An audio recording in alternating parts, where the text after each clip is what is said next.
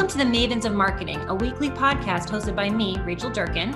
And me, Carrie Barrett. We talk all things marketing, innovation, sales, and business growth strategies, and the standard tried and true marketing techniques. Come for the conversation, stay for the savvy insights. And the borderline inappropriate jokes.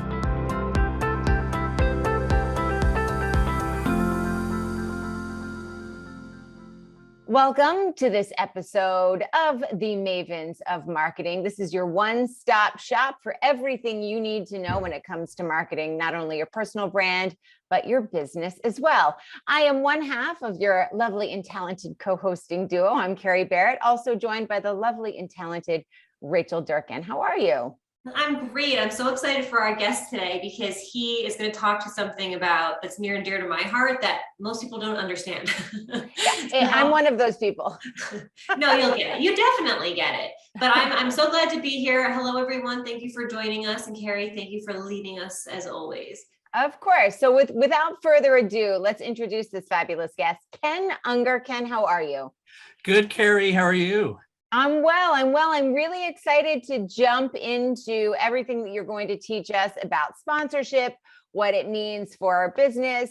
A lot of times we think about sponsorship in like sort of the nonprofit sector, but that's not where it has to stay. Before we get into all of that, though, you want to take a moment to introduce yourself to the audience, let them know a little bit about who you are, what you do.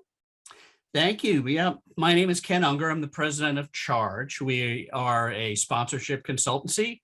We're based in Indianapolis, but we have clients all over the U.S. We started the agency about 16 years ago, and I've got about 25 years experience in sponsorship, mainly on the sports side. Started in auto racing, but have moved around the NFL, Major League Baseball, the Olympics, all different sports, helping people with sponsorship challenges. Very good. Yeah, when I think of like NASCAR, I do immediately think of all of the sponsorships. The cars are wrapped in sponsorships. You drink the thing of milk after you win, the whole 9 yards. That's like a very easy jump to make. But for those who are listening or watching and perhaps don't really understand how it applies to them, like their career or their leadership or their business, can you sort of give us a high level look at what that means? Sure. Yes. Sponsorship is nothing more than a promotional relationship. It could be between businesses. It could be between people, but it's a promotional relationship where one party, the sponsor, pays for the right to use the other party, we call them the property, their logo, their intellectual property, and generally use their image to promote their business. So you mentioned earlier that you help with sponsorship challenges. What are some of those challenges? So in terms of the challenges are on both sides of the equation, right? So the sponsor is looking to solve their business problem. And usually they want to sell more goods and services, or they want to improve their brand image. Mm-hmm. On the other side, the property is looking to raise revenue, to find a promotional partner, to boost their marketing. So everyone's got a challenge to solve. And I think sponsorship works best when everyone's trying to help each other out, get to the next level. It's a classic win-win relationship. Mm-hmm. And how do you help them? Let me back up. So I often sell sponsorships. In my past life, I worked in nonprofit. I sold quite a few sponsorships there. And I took that concept and I brought it over to our company and to our for-profit clients. And there's a huge benefit there. But I find even in some nonprofits where it's where they make most of their money, it's hard to wrap your head around the value of sponsorship, whether you're selling that value or getting that value. Is that something that you find is challenging, or is that one of those challenges that you see? Yeah. So sometimes people who are new to sponsorship, we start from the beginning and talk about the difference between things like sponsorship and advertising. So if I'm advertising on the evening news, right, I'm trying to convert the audience of that evening news to buy my goods or service. But the evening news really doesn't care about me as an advertiser. They're going to put my ad on and hope for the best. In a sponsorship, when I'm a sponsor and I'm sponsoring a property, that property is trying to promote me. They are endorsing me. So it's this two-way relationship that doesn't really work in other forms of marketing, because we're trying to create win-wins between both the sponsor and the property. So it's that co-promotion that really is the difference between sponsorship and other forms of marketing. Do you have maybe like a case study or a use case or something? So where the audience is understanding perhaps what you're saying, but can't fully grasp, well, I host a podcast. Is it sponsorships for that? Is there like something to make it really tangible for them? Okay, I get it now.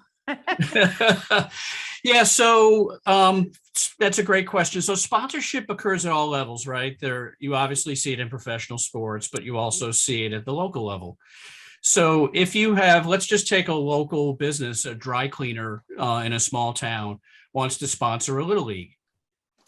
And so as part of that, they are getting certain rights from the Little League. The Little League is putting up a sign in the outfield for that dry cleaner. The Little League has a newsletter where to all the parents and all the followers of the Little League, they're saying, hey, listen, this local dry cleaner is sponsoring our Little League. So when you think about your dry cleaning needs, go to that particular dry cleaner. And in social media, when they talk about the score of the Little League game, they're saying, and we'd like to thank our sponsor, XYZ Dry Cleaner.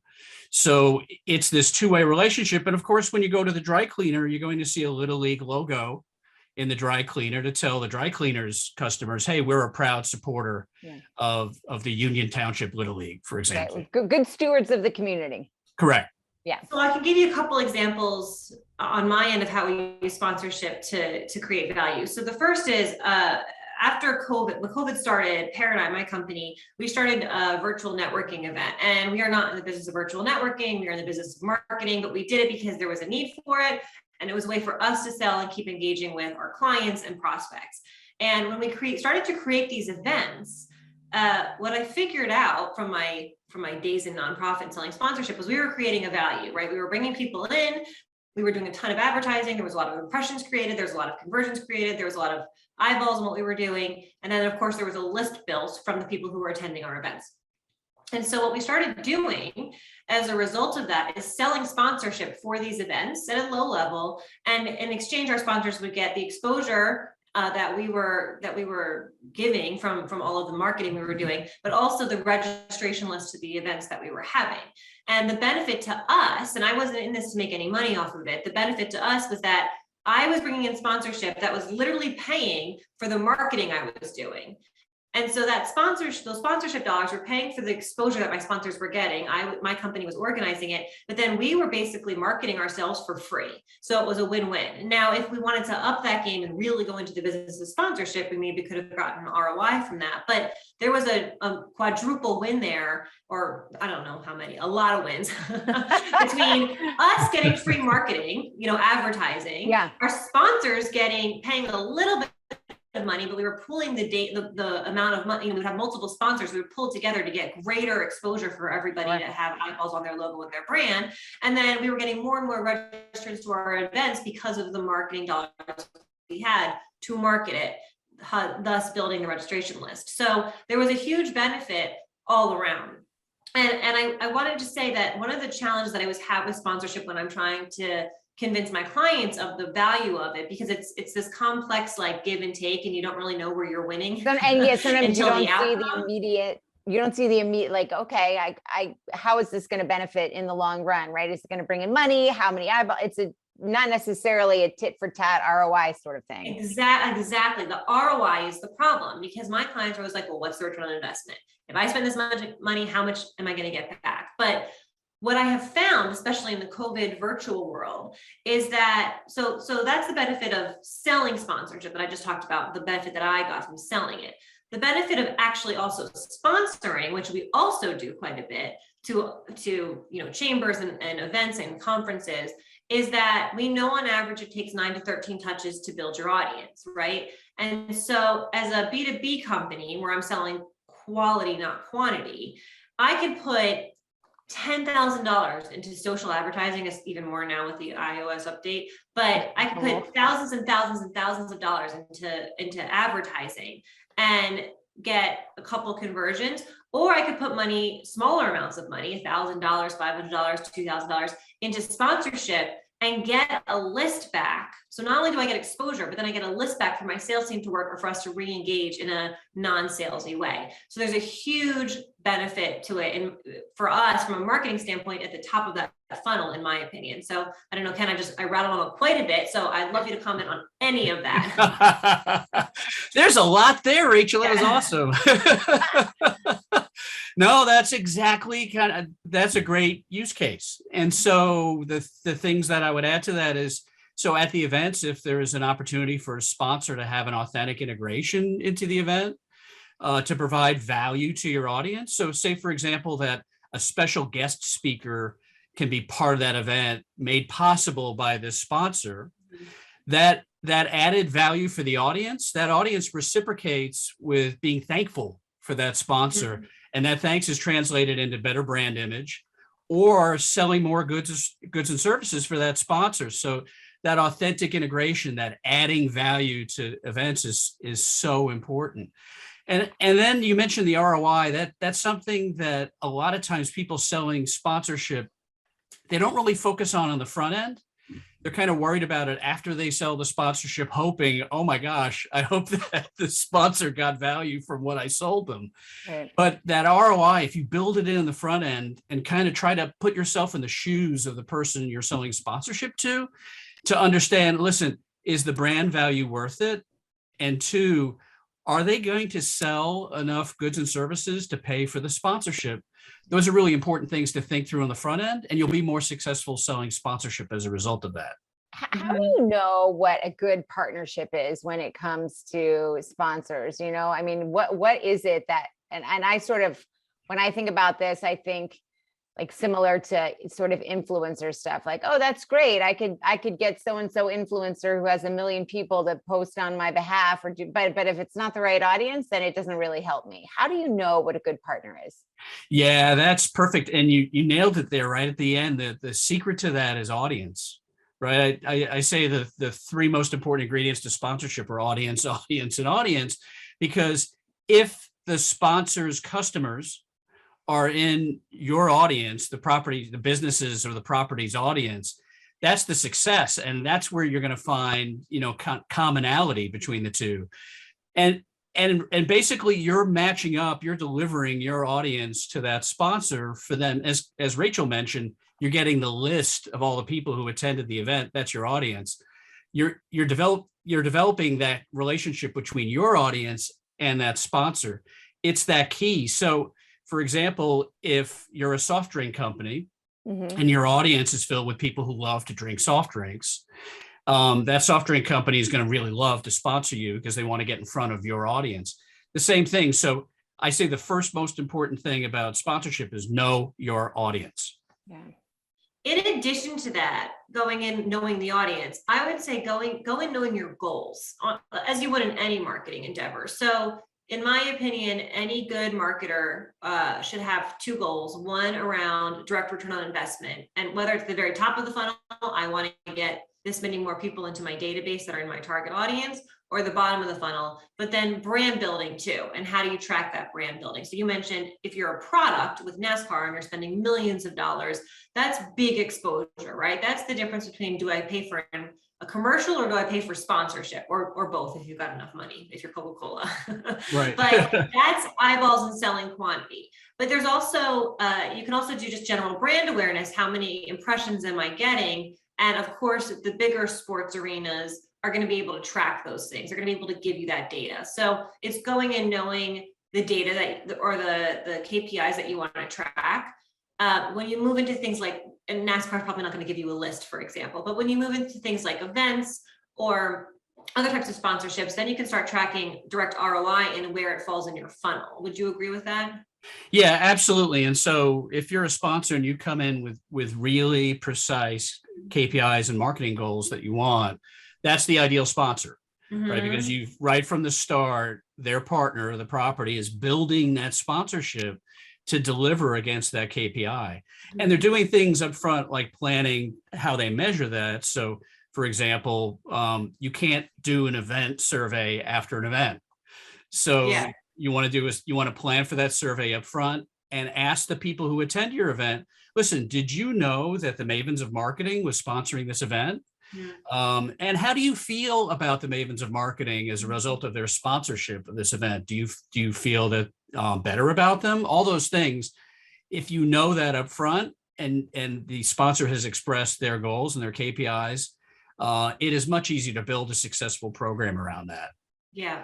And I also think there's different types of sponsorships in the sense of these huge conglomerates or large organizations like NASCAR or a sports team. That's big KPIs. They don't always do a survey, but that's big eyeballs, big impressions. There's also this concept in the small and mid-sized business world of this smaller sponsorship where it's almost considered collaboration. I mean, it's sponsorship, but they think of it as collaboration. And I think one of the ingredients, in addition to audience, at least that I found that is so important, is follow through, because the concept of sponsorship can be very ambiguous. I don't know if that's the right word, but where you're, maybe a local chamber or, an event is promising this type of exposure, this type of list, this type of whatever. And if they're not delivering on it and following through, it can leave a really bad taste in a sponsor's mouth. And it can really kill a relationship and, kill their relationship with sponsorship in general. So do you see that problem? I bet you don't see that problem at a high level where these like NASCAR, where they're basically have entire departments that sell sponsorship. But do you see this problem with follow through with smaller types of businesses or nonprofits? I see that problem every day in every size business. I mean, you've read my mind, because the three things I tell clients are know your audience, solve a problem, and follow through.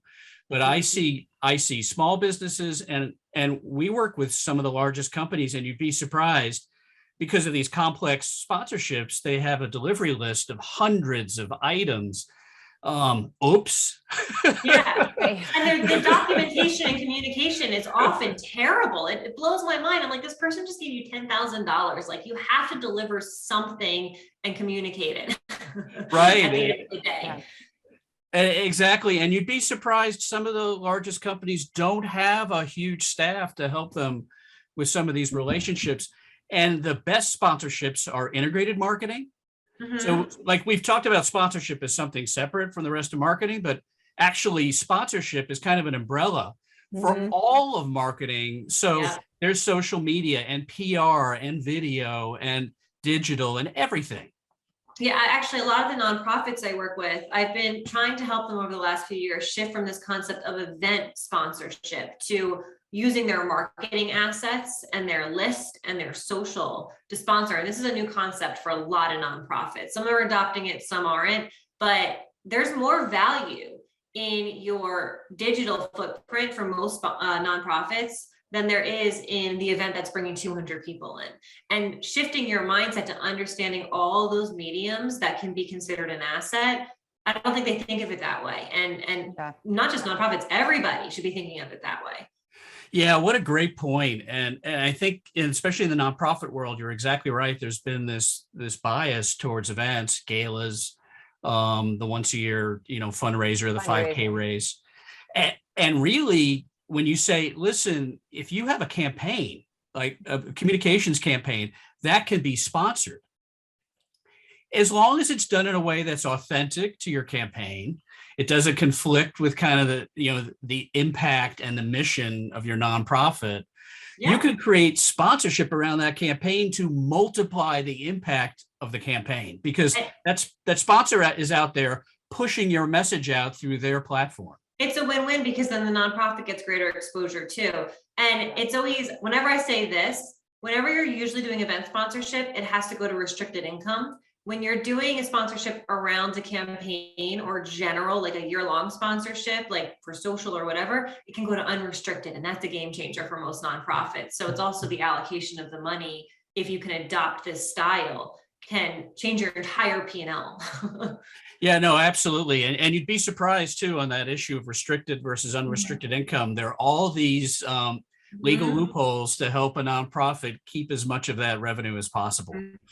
Nice. So let me ask you this, Ken, for those who are listening and they're like, well, this is probably something that I need to tap into. Like, what are the first, I'd love for people to be able to walk away with like, okay, these are the first three things I need to like think about, do, execute, think about when it comes to strategy or assets. What are the first steps to putting a sponsorship in whatever form into position? Yeah, great question. And I usually say, listen, get a handle on your audience. So whether you're a YouTube channel with an audience, you're a Little League with an audience, you're a sports team, you're a not-for-profit with an audience, understand that. And what does that mean? So in audience, there's two things. One is the demographics, so who they are, how old are they male or female, where do they live, what's their household income, all those types of things. And there's so many resources, especially on social media, to help you break down the composition of your audience. You need to know that so you can describe to your sponsor, listen, your customers are here and I can prove that. The second part of an audience we call psychographics, which is what are their hobbies? What are their values? What do they like to do on their time off? All these things create breadcrumbs to sponsors. So for example, if you're a YouTube channel and your audience really likes camping, well, then you could connect that audience with people who sell camping supplies or people who sell outdoor vacations or all those types of things. So knowing that audience often leads you in a direction to connect you with the perfect sponsor. So that's where, Carrie, that's where I tell people to start, is understand who your audience is. Got it. Thank you. And I also think it's so important to understand this concept of a new revenue stream. So when I hear about like these new social networks coming out or LinkedIn, think of it LinkedIn or Facebook. It's a free platform. They make no money when you sign up, and their entire goal is to bring in more people because those people are their assets, and then sell sponsorship to get access to their audience. So it's a whole different way of being, of thinking, your people are your assets. I say this to chambers all the time. Your members, you're selling what, $300 a year memberships? Your members are not your revenue stream. Your members are your assets. The sponsorship that you can sell to access your members is your revenue stream. And that's a hard mind shift, I think, for a lot of businesses. Not people who are used to selling sponsorship, but those who this is new to. Yeah, that's a great point. And it's that concept's often a game changer for nonprofits that we work with, because they think of their revenue streams as fundraising and grants. And you're like, whoa. Now you have sponsorship. So it's a game changer in their mind in terms of understanding. You're exactly right. It's how can creating access to your membership, to your email list, to all those things can create a new revenue stream for you as a nonprofit and help you multiply your impact. Absolutely. So Ken, we are running up on time, unfortunately. So we're going to ask you a question that we ask all of our guests, which is, what is the weirdest thing that's ever happened to you? The weirdest thing that's ever happened to me, I think it was over time. I've met 3 U.S. presidents, but I've only met them outside the U.S. Really? So it's when I was traveling, I would see a U.S. president. I met Jimmy Carter that way. I met Ronald Reagan that way. And I met George Bush that way. Get out of here. So, but it was only when I'm outside the country, not here in the U.S. So that's probably my answer. You just sort of happened to, I have a million questions, but does the Secret Service need to be watching you? Yeah. No, usually, yeah, it wasn't like a handshake kind of mean. And so they were all in just random places and they all were happenstance? It was all happenstance. So, oh for example, with Jimmy Carter, I was in the former Yugoslavia at the time that the Eastern Bloc fell. And so there was a question whether there would be an invasion of Yugoslavia. So Jimmy Carter came to kind of tamp down the tensions. And so there I was in Belgrade, Yugoslavia, and there comes Jimmy Carter walking by with the Secret Service. So it was kind of a funny coincidence. So it was things like that. That's remarkable. And that is weird. We told you we were going to ask this question, and you you seemed a little bit like, oh crap, what am I going to talk about? But that's a Well, good one. I'm weird. So given time, I'm probably going to come up with a lot more than that. Well, that's for another episode. Sure. Ken, let me ask you this. I see that you have a book on the table next to you. I know you've recently authored it. If you want to tell the audience about it, or if people are interested in learning a little bit more about you or how they might be able to work with you, where should they find you? Yeah, Carrie. And you asked a great question about how to get started. The book that we wrote, Sponsorship Strategy, is a good place to get started because it really breaks down those things that you need in a sponsorship program to be successful. You can find that on Amazon, both in paperback and in Kindle. And then I've created some free resources for your audience. Again, easy ways to get started, for-profit or not-for-profit. We have materials for both. You can find that at chargesponsorship.com/free stuff. Very good. Ken, you were amazing. Thank you so much. Thank you, guys. Really appreciate the opportunity. Absolutely. And to our audience, thank you for joining us for this episode of the Mavens of Marketing. We'll see you back here next week, same time, same place. Bye.